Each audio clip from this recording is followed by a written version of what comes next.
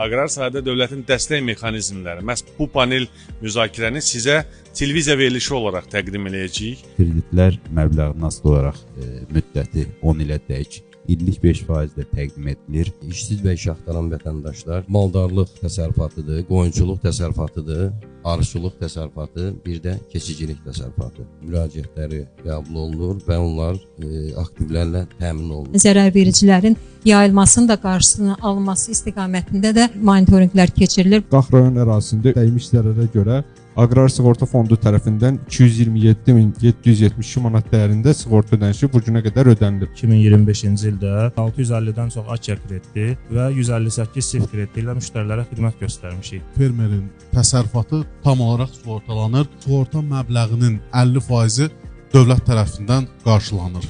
Bugün 17:20-də fermerin real dostunda.